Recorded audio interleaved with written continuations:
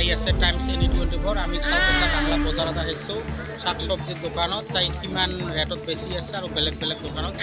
দাম 25 টাকা কিলো আলু আৰু মূলা শাক 10 টাকা বৰ্তমান দাম কমিছে নাকি লাভ না হয়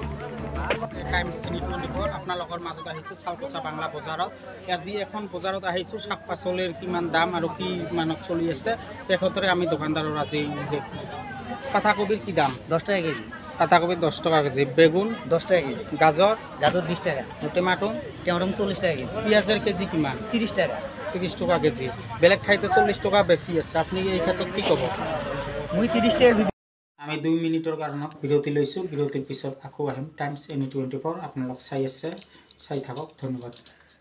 কৃষক বন্ধুসকলে কম খৰচত অধিক উৎপাদনৰ বাবে বীজ আৰু পুলিবোৰ সিঁচাৰ বা ৰোপণৰ আগতে ইফকো নেনো ডিএপিৰ দ্বাৰা শোধন কৰক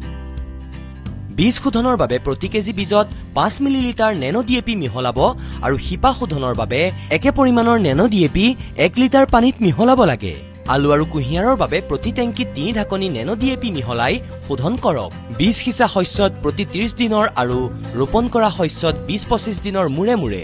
আলুত 30 দিন আৰু কুঁহিয়াৰত 60 দিনৰ মূৰে মূৰে পাতত নেনো ডিএপি আৰু নেনো ইউৰিয়া ছটিয়াব লাগে শস্যৰ প্ৰয়োজন অনুসৰি পুনৰ নেনো ইউৰিয়া প্লাছ স্প্ৰে কৰিব ইফকো নেনো ফাৰ্টিলাইজাৰৰ শক্তিৰে শস্য লহপহকৈ বাঢ়ি আহিব পিছত সকলোকে স্বাগতম জনাইছোঁ টাইমছ এনি 24 আজি চালকচা বাংলা বজাৰত মেল মিত্ৰৰ শাক পাচলিৰ বজাৰত আপোনালোকক স্বাগতম কি মূল ধৰণৰ চব্জি কেঁচা চব্জিৰ দাম আছে তাৰে আজি আমি বিস্তাৰিত কৰিম ধন্যবাদ অলকবিত মাত্ৰ 10 টাকা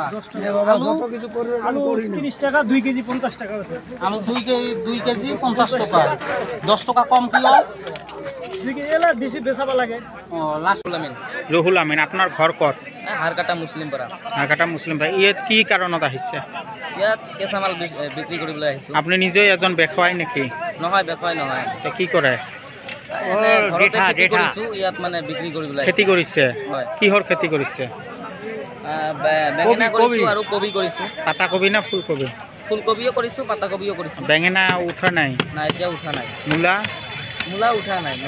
উঠা নাই তাৰপিছত এই খেতিৰ আমদানি কিমান চলি আছে আমদানি ভালে চলি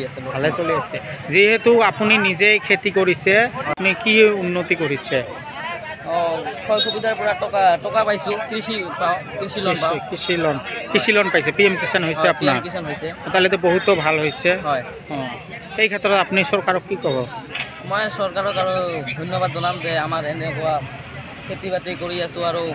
সরকারের পরাও দিয়ে আছে আমাক সুবিধা এই কারণে সরকারের